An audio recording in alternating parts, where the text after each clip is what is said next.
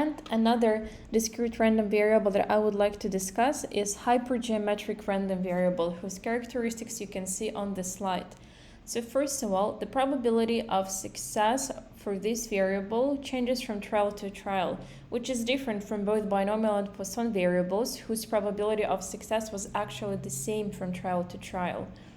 Another characteristic is that the observations are not independent, which is, by the way, also different from both binomial and Poisson variables, whose observations are actually independent.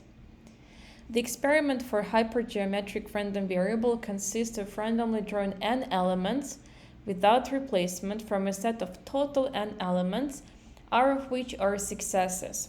So we draw small n out of big N elements, and we know that the number of successes within this big N elements is R, but the variable of interest is the number of successes X that we will draw from the N elements.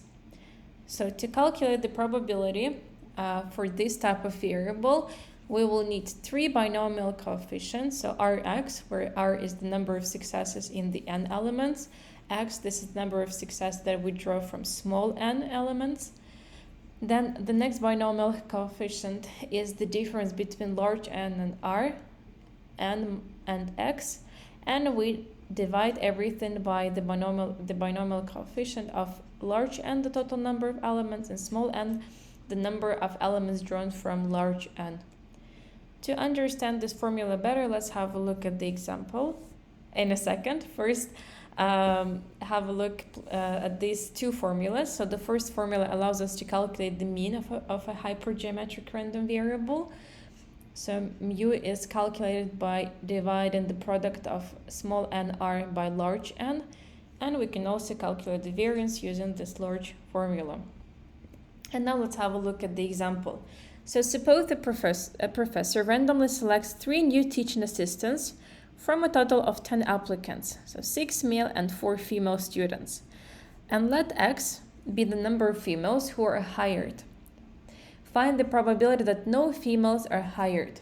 So in this case, the total number of elements, the total number of observations, the sample that we have is 10, so which is the total number of students or total number of applicants.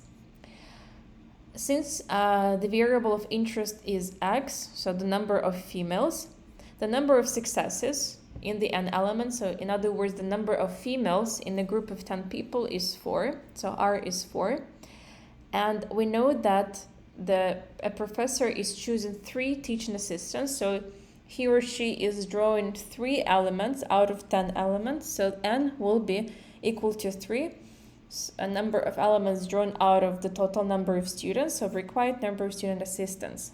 And we're interested in the probability that there are no females, so X, the variable of interest, is 0. So when we put everything into the formula, we get that the probability that no females are hired by a professor is 16.67%.